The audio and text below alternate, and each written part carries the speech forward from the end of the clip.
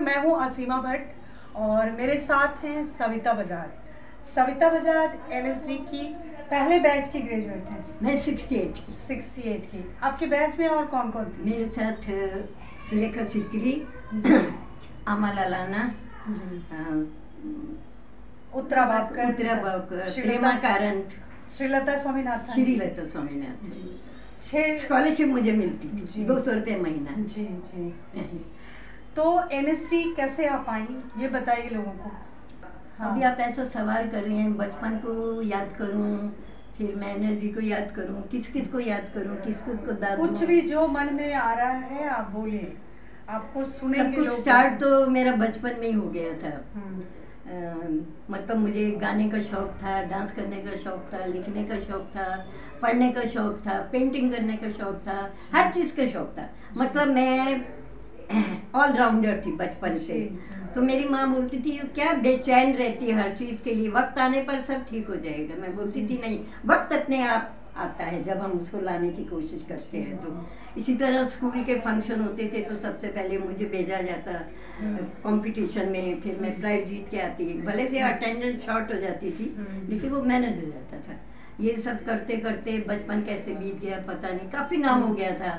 और आप मानेंगी नहीं, जो मेरा लेखन स्टार्ट हुआ, मैं 8वीं क्लास में थी, नव भारत टाइम्स के लिए लिखा मैंने। एक कॉलम था, भूत प्रेत के बारे में था। अच्छा। तो वो छपा नव भारत टाइम में, तो नव भारत टाइम्स में तो 45 रुपए का मुझे चेक आया। तो मेरी तो खुशी का ठिकाना नहीं, उस जमाने में 45 रुपए का चेक। तो मैं कितने दिन उसको संभाल के रखी रही। तो मेरा भाई बोलता है अरे बाबरी, इसको बैंक में डालना पड़ता है, नहीं तो ये बेकार हो जाएगा, कागज का टुकड़ा बन के रह जाएगा। उसके बाद आप मानोगे नहीं, उसके बाद तो मेरा लेखन बड़ा जोरदार चला, हर जगह से पैसे आते थे, लेखन चला। तो मैं बच्चों के प्रोग्राम में हिस्सा लेने लगी, स्कूल के जो प्रोग्राम रहते हैं, तो ऑल इंडिया रेडियो, उसमें फिर वो ऑल इंडिया रेडियो के लोगों ने बोला कि आप हमारे लिए लिखती क्यों नहीं है, आप तो बहुत अच्छा लिखते हो। तो मेरा लेखन भी स्टार्ट हो गया रेडियो के लिए। अब मानेंगी नहीं, 7 बजे गाड़ी आती थी मेरे को रेडियो के लेने के लिए, स्क्रिप्ट भी मेरा, आवाज़ भी मेरी, प्रोग्राम भी मेरा। तो उससे काफ़ी चर्चा हो गई। मतलब वो बचपन कब बीत गया, हंसते खेलते, नाम कमाते हुए, पैसा कमाते हुए, पता नहीं चला कैसे मैं रग रग में, मेरे अंदर कला कला कला ऐसा उसका बीज फूटा, फूल बनते देरी नहीं लगी और वो फूल आपके सामने है। और ये फिर एनएसडी की तरफ कैसे? हाँ, एनएसडी का क्या हुआ? एनएसडी में कैसे गया? एनएसडी का क्या हुआ, मेरे माँ बाप चाहते थे कि मैं डॉक्टर बनूं, प्री मेडिकल किया था मैंने, लेकिन हालात कुछ ऐसे थे, फादर की डेथ हो गई। तो मैंने सोचा उससे अच्छा है कि मैं किसी के आगे हाथ फैलाऊंगी। सेल्फ मेड तो थी मैं बचपन से, 8वीं क्लास में पढ़ रही थी, तभी से मेरा काम करना चालू हो गया था। तो मैंने एनएसडी में अप्लाई कर दिया बगैर किसी को बताए कि यहाँ तो भैया दाल गलने वाली नहीं है, क्योंकि हमारा तो औरतों का वर्जित था। एक्ट्रेस बनना बहुत हिकारत से देखा जाता था। मुझे नहीं पता था इस बात का कि इतनी नफरत है इनको इस कला के क्षेत्र से। तो जब मैं वहाँ पर पहुँची, एनएसडी में ऑडिशन हुआ, देखा अलका जी सब बैठे हैं, फिर अमृता जी बैठी हैं, लेखिका अमृता प्रीतम बैठी हैं, और कुछ लोग थे। तो बोले बताओ आपने मेरी कौन सी कविता पढ़ी? अमृता जी बोली और छंद क्या होता है, क्या क्या बोलने लगे। मैंने बोला देखो कविता कविता होती है, बाकी मुझे छंद वाने का कुछ पता नहीं है, आप बोलो तो मैं आपको कविता सुना देती हूँ। फिर इसी तरह एक्टिंग के कुछ असाइनमेंट उन्होंने दिए, मैंने सब करके बता दिए। बहुत अच्छा रहा वो ऑडिशन मेरा, बहुत अच्छा रहा। डांस भी करके बताया, गाना भी गा के बताया। उसके बाद मैं घर पहुँची, दूसरे दिन पता लगा लेटर आ गया, 200 रुपये स्कॉलरशिप। मैं तो चोरी चोरी वो भेजा था मैंने फॉर्म भर के, लेकिन वो बात ऐसी फैली, गले मोहल्ले तक फैल गई, ये तो अभी एक्ट्रेस बनेगी। तो वहाँ से मेरा चयन हुआ, 200 रुपये वजीफा मिलने लगा और मैं बिंदास एनएसडी में जाती थी। उस दौरान आप रेपेट्री भी वहाँ से गई? एनएसडी में आप मानोगे नहीं, ऐसे लगा मेरा जो बचपन था ना, वो बहुत सपने देखती थी मैं बचपन में कि मैं कभी मेरा नाम हो जाए, मेरा कुछ काम लोगों को पसंद आना चाहिए, अभिनय करूं, मैं ये करूं वो करूं, बस यही सोचती रहती थी। तो ऐसे लगा जैसे मैं आकाश में उड़ रही हूँ, मेरा सपना साकार हो रहा है, मैं बहुत बड़ी कलाकार बन रही हूँ। तो बहुत खुशी हुई मुझे जब एनएसडी में चयन हुआ। लेकिन ज़िंदगी इतनी आसान नहीं होती जितनी हम समझते हैं। मुझे वहाँ प्रोफेशनल जेलेसी का भी सामना करना पड़ा, अभिनय में, लेखन में, हर चीज़ में। वो वैसे भी 9 रसा तो होती है ना अपने अंदर, जेलेसी उसमें पार्ट रहता है एक, तो वो तो ज़रूरी है ना लाइफ के लिए। तब इतनी समझ नहीं थी, लेकिन अच्छा लगा मेरे को एनर्जी में। ऐसा लगा मैं किसी दूसरी दुनिया में आ गई, जहाँ पर मेरी धीरे धीरे सारे अरमान जो है वो पूरे हो रहे हैं, मेरी कला निखर जाएगी। और फिर अलकाजी साहब जैसा बंदा, देखो वो मेरा गुरु। अच्छा, वो लहरों के राजहंस का किस्सा? अरे लहरों के राजहंस ने तो रातों रात मेरे को रात की रानी बना दिया था। जी जी जी। मेरी, मैं खुद कह रही हूँ रात की रानी। जी। मतलब दिल्ली में मैं बहुत मशहूर हो गई थी रात की रानी। मैं अपने आप को इसलिए कह रही हूँ क्योंकि मेरे को रात में नींद ही नहीं आती थी। वो शो करने के बाद मैं इतनी फेमस हो चुकी थी दिल्ली में, हर आदमी मेरा इंटरव्यू लेना चाहता था। ये सविता और ये मेरे गुरु इब्राहिम अलकाजी। इब्राहिम अलकाजी मेरे गुरु। फिर उसके बाद आपका मुंबई आना कैसे? हाँ, नहीं मुंबई में वो थिएटर की बात तो रह गई ना। अच्छा। थिएटर में मैं मशहूर हुई एनएलजी में। पहले तो मेरे को छोटे छोटे रोल मिलते रहे थे, तो उससे मेरे को बहुत कोफ्त होती थी, क्या छोटे छोटे रोल करना, इसमें अभिनय को कुछ स्कोप ही नहीं है। कोई बड़ा रोल हो जिसमें टक्कर के कलाकार हो मेरे साथ, तो मैं अपना अभिनय क्षमता दिखाऊंगी भी। और वैसे भी आपके अंदर अगर अभिनय की क्षमता है, आप डिटरमिन्ड हो, शक्ति है आपके अंदर, तो आपको कोई रोक नहीं सकता अच्छा अभिनय करने से, ऐसा मेरा मानना है ना। देखो अभी मेरी उम्र क्या हो गई है, 82।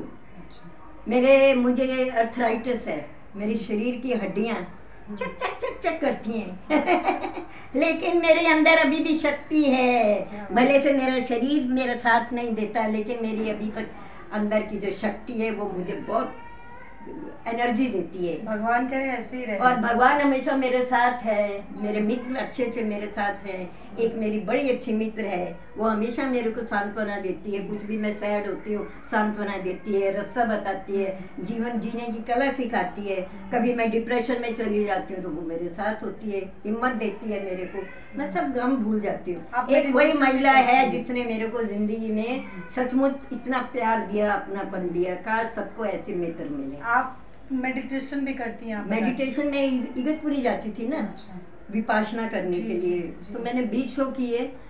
20 शो, क्योंकि मैं बड़ी इमोशनल प्राणी हूँ, इमोशनल हूँ। जल्दी दुख आ जाता है, सुख भी जल्दी आ जाता है। और जैसे कहते हैं ना भटकती रूह, मैं भटकती रहूँ, अपने आप को बोलती थी मेरे को चैन ही नहीं पड़ता किसी बात में। अगर एक बार रिहर्सल करी, जब तक मैं परफेक्ट ना हो जाऊँ, 2-3 रिहर्सल नहीं कर लूँ, मुझे चैन नहीं पड़ेगा। दिल करेगा और करूँ, इससे परफेक्ट आना चाहिए। मैं उस बात पे वापस आ रही हूँ कि दिल्ली में आप बैठी थी और अरे हाँ, नहीं वो बताती हूँ मैं। वो लहरों के राजहंस की बात तो रह गई। वो क्या हुआ, एक शोभना समर्थ करके लड़की थी, शोभना भूटानी। जी, मेमोरी थोड़ी कम हो रही है, कोई बात नहीं, बहुत अच्छी है। शोभना भूटानी, तो वो एक प्ले था मोहन राकेश जी का लिखा हुआ, लहरों के राजहंस। तो उसके अंदर अलका का पात्र था जी, जो वो शोभना जी कर रही थी। तो एक दिन फाइनल रिहर्सल थी, अलकाजी वगैरह सब आए थे। अलकाजी, राम गोपाल बजाज थे, ओम शिवपुरी थे, सुधा शिवपुरी थे, सब रिहर्सल करवा रहे थे। तो वो आई नहीं उस दिन। और लेकिन मुझे रिहर्सल करते करते छोटा पात्र कर रही थी उसकी मैं, उसके सारे डायलॉग मुझे याद आ गए। तो मेरे को राम गोपाल बजाज और शिवपुरी दादा ने बोला कि आप करेंगे शोभना को, वो जरा करके बताओ ना। मैंने बोला ठीक है। तो मैंने अपने ढंग से किया। डायलॉग तो मुझे याद थे, अभिनय मैंने अपनी तरफ से किया ना, जैसे मेरे को अच्छा लगता है। रियलिटी आनी चाहिए, डाउन टू अर्थ, वो मैंने सब किया। तो सब ऐसे बैठ गए, बस हो गया, बहुत रिहर्सल। पहले एक्ट में खत्म हो गया। मुझे लगा शायद कोई गलती कर दी, क्या दादा पसंद नहीं आया। शिवपुरी जी को बोला, अरे सब ठीक है, चुप बैठो। तो उसके बाद रात भर नींद ने ऐसा क्यों किया, उन्होंने मेरे से रिहर्सल क्यों करवाई। फिर मुझे लगा हे भगवान, कहीं कुछ रोशनी की किरण तो आ रही है, कुछ लग रहा है अच्छा होने वाला है। आभास हो जाता है ना, भले मैं इस उम्र में आ गई हूँ, लेकिन कुछ भी अच्छा होने वाला है आभास हो जाता है, बुरा होने वाला है तब भी आभास हो जाता है। मैं कभी नेगेटिविटी को अपने पास नहीं अभी आने देती, पहले आती थी, अब नहीं। अब तो पॉजिटिव ही चाहिए सब। तो दूसरे दिन मैं अपना कारपेंट्री क्लास में थी, बालों में बड़ा तेल लगा था, सर धोना था रात को जाके घर में। इतने में सुधा जी आई, चलो चलो चलो, शोभना के जो कॉस्ट्यूम सिले वो तुम्हारे नाप के करने हैं। मेरे नाप के करने हैं? क्यों, शोभना नहीं आ रही? अरे तुम कर रही हो अलका का रोल। मैं कर रही हूँ अलका का रोल। मेरा तो आंसू निकल आए, मैं बता नहीं सकती खुशी के मारे। सारे कपड़े शोभना के सिले हुए मेरे नाप के किए जाए। मेरे बालों का जो तेल था वो मैंने वाश बेसिन में जाके नल के नीचे बालों को रखा, लंबे बाल थे मेरे, जो भी साबुन मिला उससे सर को धोया, रगड़ा अच्छे से, किसी तरह मैनेज किया। इतने में हेयर ड्रेसर आ गई, अलका स्टाइल में। वो अलका कह रही हूँ, अलका के रोल के लिए अजंता स्टाइल में मेरे बाल को ऐसे ऊंचा बनाया गया और वो कॉस्ट्यूम पहने। तो मेरे को हर चीज़ में रोना आ गया कि एनर्जी में मैं क्या करने जा रही हूँ, मेरा क्या होने वाला है, मुझे समझ ही नहीं आ रहा। सब सपने जैसा लग रहा था। कहीं गिर रही थी, कहीं मैं रो रही थी, कहीं मैं हंस, सब बोलते थे ये पागल हो गई है, पागल हो गई है। उसके बाद सब मेकअप हो गया, सब सज धज के सब तैयार होके, अभी 10 मिनट बाकी थे बेल होने में, 10-15 मिनट का समय बाकी था। सब तैयार हैं, सुधा जी तैयार हैं, ओम शिव साहब तैयार थे, मैं भी तैयार हूँ। तो मैंने बोला दादा मैं आती हूँ 2 मिनट में, जा जा तू बहुत इमोशनल है। मैंने बोला हाँ मैं जाती हूँ। मैं गई, इतने में वो भागती भागती आई मेरे साथ। मेरी एक फ्रेंड थी, मेरी क्लासमेट, नाम नहीं लूंगी, भगवान को प्यारी हो गई है वो। इस उम्र में सब चले जाते हैं धीरे धीरे, बहुत से छोड़कर भी चले गए, कुछ भगवान को प्यारे हो गए, कुछ छोड़ गए। कोई हंसी होती है, कभी गम होता है, कभी सफलता होती है, कभी असफलता होती है, ये चलता रहता है सब जिंदगी में। तो मेरे को बोली अरे तू कर रही है अलका का रोल, ये तो मैं करने वाली थी, मैं बिजी थी ना दूसरे प्ले में, इसलिए शिवपुरी जी ने बोला सविता से करवा लेते हैं। हाँ अरे तो आप कर लो ना। मैं अभी भी दादा को बोलती हूँ, जाती हूँ मैं कपड़े उतारती हूँ, तुम मेरे कपड़े पहन लो। नहीं नहीं नहीं अब मत बोलना। मेरे को रोना आ गया, मैं बहुत रोई कि अरे मेन रोल के दिन भी आज इसने मेरे को रुला दिया, सत्यानाश हो तेरा। गुस्सा आया मेरे को। उसके बाद सुधा जी क्यों रो रही है, क्यों रो रही है? मैंने बोला देखो ना मेरे को क्या बोल के गई है मेरी क्लासमेट, क्या बोल के गई है। इतने में शिवपुरी आ गए, रो क्यों रही हो, रो क्यों रही हो? मैंने बोला दादा देखो वो बोल की गई है, अरे तेरा रोल मैं करने वाली थी। ओ पागल गुड़िया, मेरी पगली गुड़िया, तेरे से सब जलते हैं, तेरे अभिनय से सब जलते हैं, समझती क्यों नहीं है? होते हैं कलाकार के साथ ये सब, भूल जा, चलो चलो चलो। अरे अरे सविता सविता, सुधा जी आई। ये आंसू मत पहुँचना, ये गालों पे लुढ़के वो अच्छे लगते हैं। उसके बाद जो मेरी फर्स्ट एंट्री हुई, कर्टन में से मैं आई स्टेज पर, आंसू बह रहे हैं और सुधा जी बोल रहे हैं अलका कि रात भर रोती रही है तू, अलका कि रात भर रोती रही है तू। आवाज नहीं। तो ये मेमोरेबल बन गया प्ले मेरे लिए। जैसे ही दूसरा सवेरा हुआ, दूसरे दिन हर अखबार के अंदर सविता बजाज के नाम की चर्चा। वो दिन और आज का दिन मुड़कर नहीं देखा। इतनी शोहरत मिली, इतना काम मिला, आज तक फिल्मों में मिल रहा है। रोज ऐड का एक फोन आता है मेरे को। मैं ना श्रीलंका जाना चाहती हूँ, ना मैं गोवा जाना चाहती हूँ, मैं कहीं नहीं जाना चाहती। मेरे को बम्बई अच्छा लगता है। बम्बई में जो करवाने करवा लो इस उम्र में मुझसे, क्योंकि मैं शरीर से लाचार हो रही हूँ, थोड़ा थोड़ा, ज्यादा नहीं, लेकिन अभी अंदर से मैं लाचार नहीं हूँ। शक्ति है मेरे अंदर, डिटर्मिनेशन है। करवा लो जितना काम करा लो। डबिंग करवा लो, मैं फटाफट करूंगी। महाराजा रणजीत सिंह में मैंने दादी का रोल किया है, राज बब्बर की जो फिल्म बनी है।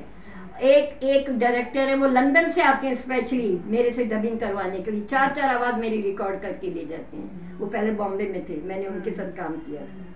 तो ये जिंदगी है। मणिकौल कैसे आप बता रही थी कि मणिकौल जी तो इस दुनिया में नहीं रहे। उन्होंने जो आप कहीं बैठी थी, हाँ वो क्या हुआ, मैं जब एनएसडी में थी ना तो मुझे बहुत कॉल आते थे फिल्मों के लिए बॉम्बे से। तो सब बोलते थे अरे अभी तू एनएसडी में ही है, रेपेट्री में, और अभी से तू फिल्मों के बारे में सोचती। भैया मेरे को कॉल आ रहे हैं तो मैं क्या करूँ, सबको मैं ना कैसे बोलूँ, किसी के साथ तो काम करूँगी ना। तो इतने में क्या हुआ, एक दिन क्या हुआ, मैं कैंटीन में बैठी थी, मेरे को चाय बहुत अच्छी लगती है, चाय मैं बहुत पीती थी, कैंटीन में जाके चाय पी रही हूँ। इतने में देखा एक बड़ा अच्छा हट्टा कट्टा आदमी, सुंदर सा आदमी, वो सामने टेबल पर बैठ के सुट्टा मार रहा है और मेरे को देखता जा रहा है। मैं चाय पी रही हूँ, वाई स्टेयरिंग एट मी। मैंने वो भाई साहब why are you staring at me for such a long time. नहीं नहीं मैडम, मैं आपकी चेयर इधर टेबल पर आ सकता हूँ, आपसे बात करनी चाहता हूँ, आइए ना आइए ना। आया, मेरे पास बैठ गया। मेरा नाम मणिकौल है, मैं एक फिल्म बना रहा हूँ, आर्ट फिल्म, उसकी रोटी, उसमें साइड हीरोइन का काम है। और आप करना चाहोगी? दादा उधर जालंधर में शूटिंग करनी है। मैंने बोले ठीक है, अपना नंबर दीजिए, मेरा नंबर ले लीजिए, I talk to my mother, और अगर वो मुझे इजाज़त देती हैं, टेली फिल्म होगी मेरी, तो मैं आपको बताऊंगी। ठीक है। फिर मैंने उनको चाय वाय पिलाई, कुछ खिलाया पिलाया, थैंक यू करके चले गए वो। अब मानोगे नहीं, वो फिल्म जब रिलीज हुई थी, हालांकि मुझे समझ नहीं थी आर्ट फिल्म में क्या होती है। फिल्म तो फिल्म होती है और आर्ट तो हर फिल्म में होता है, लेकिन उस जमाने में आर्ट फिल्म, पैरेलल सिनेमा, पता नहीं क्या क्या शोशेबाजी करते हैं सब लोग। हाँ, तो मैं बॉम्बे में आई, मेरे बड़े बड़े पोस्टर लगे हुए थे, तो मैं लोकल ट्रेन में बैठ के वो पोस्टर देखने के लिए गई। ऊपर जो रहता है ना पैसेज बड़ा सा, वहाँ बड़े बड़े पोस्टर, मेरे लंबे बाल, मैं चोटी बना रही हूँ, कहीं पर मैं बैठी हूँ, कहीं हीरो के साथ लेटी रही हूँ, बड़ा मज़ा आया। अरे इतना इतना अच्छा होता है, अभी तो फिल्में करनी चाहिए। मैं दिल्ली लौट गई। दिल्ली लौटी तो पता लगा आनंद का ऑफर आ गया, आनंद फिल्म का, ऋषिकेश मुखर्जी। आ गई मैं, आनंद खत्म हुई, आनंद के बाद मैं जब दिल्ली लौटी फिर फिल्मों के ऑफर आने शुरू हो गए। बस सिलसिला चलता रहा। आपने श्याम बेनेगल जी के साथ भी काम किया है? हाँ, श्याम बेनेगल जी का क्या है, श्याम जी के तो तकरीबन ज्यादातर सारी ही किए हैं। निशान से शुरुआत हुई, तो उन दिनों मैं बॉम्बे में आई थी। वो फिल्म वनराज जी ने मिलाया श्याम बेनेगल से, वनराज भाटिया। वो दिल्ली में ड्रामा में म्यूजिक देते थे ना, तो उन्होंने मेरे को नीलम बिल्डिंग में देखा, मैं किसी की रिकॉर्डिंग करने गई थी ड्रामा की, तो वो मेरे को बोलते ए पगली यहाँ कहाँ घूम रही है बम्बई में, कभी दिल्ली में दिखती है कभी बम्बई में दिखती है। तो मैंने बोला आप भी तो कभी हमारे यहाँ आते हो प्ले में म्यूजिक देने के लिए, अभी बम्बई में कैसे? अच्छा चल तेरे को श्याम बाबू से मिलाता हूँ। मैं श्याम बाबू कौन? अरे श्याम बेनेगल, अंकुर वाला। हाँ चलो। वो लेके आया, मेरे को देखा साधु मेर बैठा है ऑफिस के अंदर, श्याम से मिलना है, वो तो गए हुए हैं, बाद में बैठो आएंगे थोड़ी देर में। अरे ये तो वही है अंकुर वाला। हेलो हो गई, बैठो। अरे इनके लिए चाय लाओ, सविता जी के लिए चाय लाओ। हमने तो आपको देखा है बहुत प्लेज वगैरह में, सविता बजाज ना, हाँ आएंगे। इतने में देखा श्याम बाबू आ गए, देवी दत्त, गुरुदत्त के भाई के साथ। तो ये मेरे को मिलाया गया, बोले ये सविता बजाज। श्याम बाबू बोले मैंने इनके बहुत प्लेज देखे हैं, उसकी रोटी भी देखी है इनकी मैंने आनंद भी देखी है। हाँ, तो मैं आर्ट फिल्म बना रहा हूँ निशांत, उसमें एक मेड सर्वेंट का कैरेक्टर है, बड़ा जोरदार कैरेक्टर है। आपने मेरी फिल्में देखी? वो अंकुर सॉरी, एक ही बनाई थी, अंकुर देखी सर, क्या अच्छा लगा उसमें। वो बच्चा पत्थर मारता है ना, बस वही अच्छा लगा। सारी फिल्म में वही अच्छा लगा, पत्थर मारता है, बाकी फिल्म नहीं अच्छी लगी। नहीं बाकी तो ठीक थी सर, लेकिन वो जो एंड में कंक्लूड हो जाता है ना पूरी सारांश में, वो कन्वे कर दिया था बच्चे ने, जमींदार फैमिली को कंडेम कर दिया। अच्छा, आप वो बता रही थी कि आप अनिल विश्वास जी और उनकी पत्नी के साथ भी गाना गा चुकी हैं। हाँ, मैं दिल्ली में जब थी ना, तो दिल्ली में तो आपको मैंने बताया, मैंने कोई क्षेत्र छोड़ा नहीं, पेंटिंग करती थी, शारदा की स्कूल में सीखा मैंने पेंटिंग, म्यूजिक सीखा मैंने, हेमा जी उधर डांस सीखती थी, और मैं दूसरे कमरे में थी, हेमा मालिनी जी, इधर बंगाली मार्केट की बात है। इस तरह मैं हर कोई चीज़ छोड़ी नहीं मैंने। तो मैं एज ए सिंगर भी बहुत मशहूर थी, कलाकार के ना वहाँ पर स्टेज पर। तो वो जो उनकी वाइफ अनिल विश्वास जी स्वर्ग से धार गए, उनकी पत्नी भी शायद अभी नहीं है इस दुनिया में, है ना वो। तो जैसे स्टेज पर आती थी ना, तो पब्लिक हुट करती थी, वी वांट सविता, और मैं सब मॉडर्न गाने गाती थी। मैं क्या करूँ राम, मुझे बुढ़ा मिल गया, अरे बुढ़ा मिल गया, अरे बुढ़ा मिल, ऐसे गाने, मतलब मॉडर्न आशा भोसले स्टाइल के, है ना। और फिर वो अपना अनिल जी की वाइफ गाती थी, बीती है उमरिया ननिया, कभी तो क्या है, कभी तो सुख देता जा, कभी तो सुख देता जा मोरे सजन, कभी तो न। क्या बात हैं जागते, मतलब इस तरह के स्टाइल में आप पब्लिक कहाँ लाइक करेगी ऐसा। अच्छा, वो मैं उस बात पे आ रही हूँ कि ये जो खबर उड़ाई गई है कि आप बहुत बीमार हैं, आपकी हालत ख़राब है, तो इसके पीछे की पूरी कहानी क्या है? ये तो क्या बोलना चाहिए, पहाड़ से नीचे दलदल में फेंक दिया गया एक एक्ट्रेस को इस उम्र में, ढलती उम्र में, बिना कोई कसूर किए, बिना कोई गलत बात किए। एक औरत को मेरे से जलन है, उसको वो मुझे मोरा बना के पैसा कमाना चाहती है, नाम कमाना चाहती है, और वो चाहती है ये मर जाए तो इसकी हर चीज़ मेरे नाम हो जाए, पैसा मेरे नाम हो जाए, मर जाए बस ये। तो उसने इतना मेरे को ज़बरदस्ती मेरे पीछे लग गई। और कहते हैं ना, हम जब कोई फिल्म देखते हैं तो उसके कई सीन इतने रियल लगते हैं। इसकी तो नकली एक्टिंग को मैं आपको बता नहीं सकती कैसी एक्टिंग कर गई कि मैं भी धोखा खा गई। मतलब ऐसे लगा जैसे कोई फिल्म की रियल स्टोरी चल रही है। उसमें से एक बूढ़ी औरत को निकाल फेंका कहीं से, उसको डिस्कार्ड कर दिया गया, डंप कर दिया गया कि वो उफ भी ना करे, आवाज़ भी ना दे। आपके कई जानने वाले सीनियर एक्टर्स के साथ भी वो ऐसा कर चुकी हैं? ऐसा सुना है, रियलिटी क्या है लेकिन सुना बहुत है ऐसा। मेरे को सब बोलते थे जरा इस औरत से सावधान रहना। तो आप वो एक्ट्रेस है आजकल। वो कहीं बोलते हैं किसी हिल स्टेशन में, या पता नहीं कभी हिल स्टेशन में जाती है, कभी साध्वी बन जाती है, और वो तांत्रिक भी है, नामी तांत्रिक भी है, और बहुत कमाई करती है गलत इरादों से, गलत काम कर करके बहुत पैसा कमाती है। लेकिन उसको सविता बजाज की हर चीज़ चाहिए था, नाम। तो इसलिए उसने सोचा एक सीधी सादी महिला अकेली रहती है, हॉस्पिटल में बीमार पड़ी है, और मेरी आदत ये है, मैं कभी मुझे पसंद नहीं कोई हॉस्पिटल में मुझसे मिलने आए, मुझे नहीं पसंद कोई आके झूठी सांत्वना दे, डॉक्टर ने क्या कहा, कब आए, क्या है क्या नहीं, मैं किसी को बताती नहीं। सिंटा वालों ने ये बोलती थी, मुझे सिंटा वालों ने भेजा है, भगवान जाने सच क्या है। वो आई बोलती तेरा पीछा नहीं छोड़ूंगी जब तक तू जिंदा है, I love you so much. मैं हैरान होती थी कि ऐसी औरत मिली है जो बोलती जीते जी तुझे छोड़ूंगी नहीं। आपने पुलिस में कंप्लेन किया? पुलिस में मैंने बहुत किया कंप्लेन किया। बहुत सफ़र करने के बाद मारा पीटा, मेरे को पॉइजन दिया, मेरे साथ बहुत ज्यादा करी। मेरे ये बाल काट डाले, मेरे बाल तो बहुत अच्छे लंबे थे, बाल काट डाले। फिर एक डॉक्टर को, साइकेट्रिक को बुलाया, उसको पैसे दिए 8,000 मेरे पर्स में से निकाल के, और एक सर्टिफिकेट उसने बनाया, पता नहीं वो क्या था, वो भी खुद लेके चली गई। कि फिर बाद में बोलती थी ज्यादा तू बोलेगी ना तो मैं तेरे को पागल खाने में डाल दूंगी। तो मैं किसी तरह उसके चंगुल से निकल कर भाग के अपनी जान वो साइकियाट्रिस्ट से मेंटल पता नहीं बोलती थी ज्यादा बोलेगी तो मैं तेरे को पागल खाने में डाल दूंगी।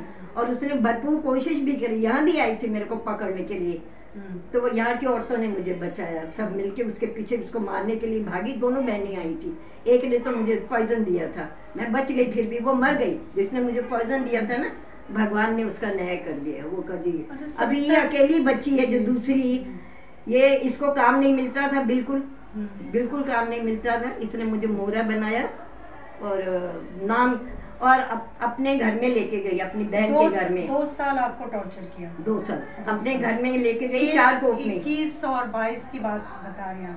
तो मैं ये बता रही हूँ, आप इतनी सीनियर एक्टर हैं, मुंबई में इतने सालों से काम कर रही हैं, NSD नॉन NSD इतने लोग आपको जानते हैं, तो आपने किसी से बताया नहीं? NSD के लोगों को बता सकती थी। बेटा क्या है, सब सुख के साथी हैं, दुख में कोई काम नहीं आता, कोई काम नहीं आता। मैंने बहुतों को बोला चलो मेरे साथ ज़रा पुलिस स्टेशन चलो, जिन की मैंने बहुत मदद की थी उनके सामने मैं गिड़गिड़ाई, प्लीज़ मेरे साथ ज़रा पुलिस स्टेशन चलो, दे रिफ्यूज। फिर मैंने वहाँ कंप्लेंट किया, फिर मैंने सिंटा में गई, उनको सब बताया, वहाँ भी बात नहीं बनी मेरी, वहाँ भी मैं थक हार के फिर भगवान ने मुझे शक्ति दी कि मैं अपनी हिम्मत करके हर जगह खुद ही लड़ी। सिंटा में तो जाने का सवाल ही नहीं था, दे डिडंट बिलीव एनीथिंग। अगर वो चाहते तो मदद कर सकते थे, है ना। और इसको उन्होंने मेडिकल रिप्रेजेंटेटिव रखा हुआ था, तो पता नहीं, वो बोलती थी उन्होंने भेजा है, अभी वो जाने और वो जाने दो। ये एक एक्ट्रेस है, काम नहीं मिलता तो ये सच्चाई है, इसीलिए वो बहुतों को अपना शिकार बनाती है, पैसा लूटती है, भाग चली जाती है। मैं भी उसकी शिकार बनी, क्योंकि मैंने उसके नकली रूप को असली समझ लिया था। कि वो सचमुच मुझे माँ मानती है, सचमुच मेरी वो बेटी है। बाद में बोलती नहीं मैंने तो तेरे साथ सिर्फ पैसे के लिए किया।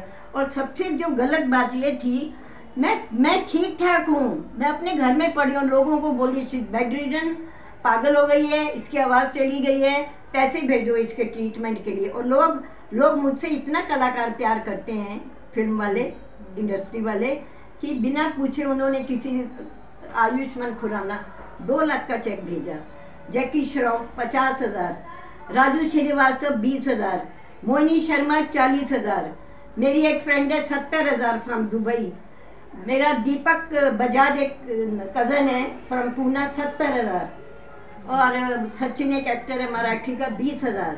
मतलब अनगिनत लोगों ने कितना पैसा ले लिया, मुझे आज तक नहीं। और वो सब पैसा अपने मोबाइल पर मंगवाती थी कि ये तो बात भी नहीं कर सकती, बेड रिडन है, पागल हो गई है, तो सारा पैसा वो अपने मोबाइल पे मंगवा के और गुल हो गई एक दिन। मैं क्या करूँ?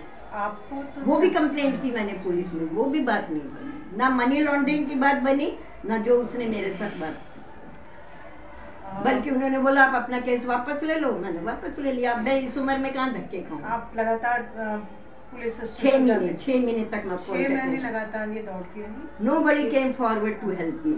इस हालत में तो आप किसी से भी एनएससी के जो इतने सारे लोग हैं, किसी से कनेक्ट नहीं है? नहीं, मैं जरूरत भी नहीं समझती। मैंने आज तक किसी से ना हेल्प मांगी है, ना पैसा मांगा है किसी से, आज तक हाथ नहीं फैलाया, अपने माँ बाप के सामने नहीं फैलाया। तो एनएसडी वाले तो बहुत दूर की बात है ना। Why should I? मैं भी तो औरत हूँ, 82 साल की औरत हूँ, बच्ची तो हूँ नहीं, अपना अच्छा बुरा सोच सकती हूँ ना। मुझ में क्या कमी है कि मैं जाके पुलिस का सामना नहीं कर सकती? क्या कमी है मुझ में बताइए? और अगर किसी को साथ ले जाऊंगी तो उससे बात बिगड़ेगी ना, वो कुछ और बोलेगा। जिसके साथ बीती आप बीती वही बताएगा ना उसके साथ क्या हुआ है ना।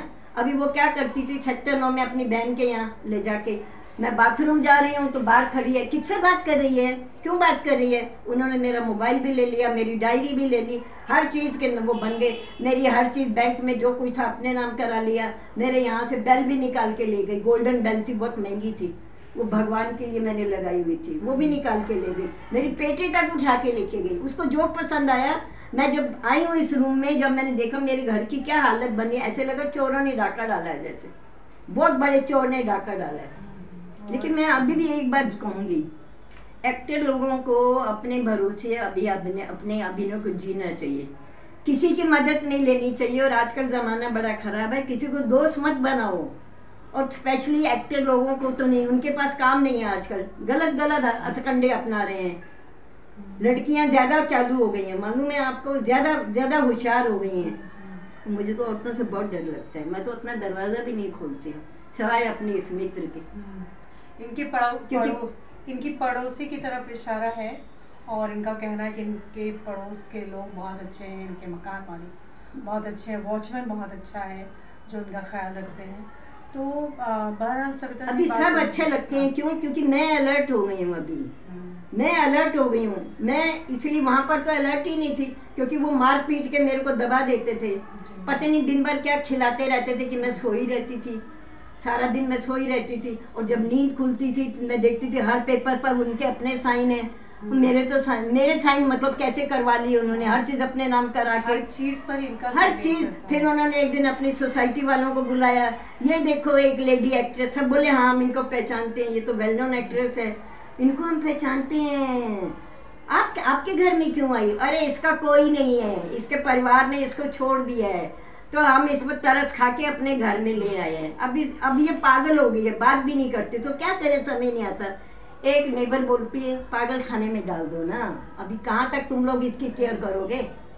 बोले हम यही सोच रहे हैं कि इसको पागल। उन्होंने ऑलरेडी आपका साइकेट्रिस्ट से आपका मेंटल ले लिया था, बना लिया था। अगर मैं उनके चंगुल से नहीं बचती ना, तो आज आप मुझे पागल खाने में भी नहीं पहचानते। आपको पता नहीं होता सविता बजाज कहाँ है, मर गई है जीरी, इस रूम का तो लॉक लगा रहता है, या मकान मालिक आता तोड़ता लॉक को कि वो किधर गई औरत, पता नहीं, 1 साल हो गए, 2 साल हो गए। वो बोली पागल खाने में तू मर जाएगी, सड़ जाएगी, तेरे को कोई पहचानेगा भी नहीं, तेरे घर की चाबी तो हमारे पास है ना, तेरा सब सामान ले जाएंगे हम उठा के जो हमें चाहिए। ये एक गंभीर स्थिति है, गंभीर मुद्दा है, बहुत बड़ा सवाल है, और ऐसे इस इंडस्ट्री में बहुत सारे अकेले एक्टर हैं, एक्ट्रेसेस हैं जो अकेली रह रहे हैं और उनकी उम्र हो गई। लेकिन मैं एक सजेशन और देना चाहूँगी। देखो क्या है, इस उम्र में जैसे मैं अकेली रह रही हूँ, कल आप भगवान ना करे आपके साथ हादसा हो जाए या किसी और के साथ हादसा हो जाए तो उसको अकेले ज़िंदगी बसर करनी पड़ेगी ना। कईयों के बच्चे होते हैं, नहीं पूछते, माँ बाप को डराते रहते हैं, प्रॉपर्टी हमारे नाम कर दो कर दो।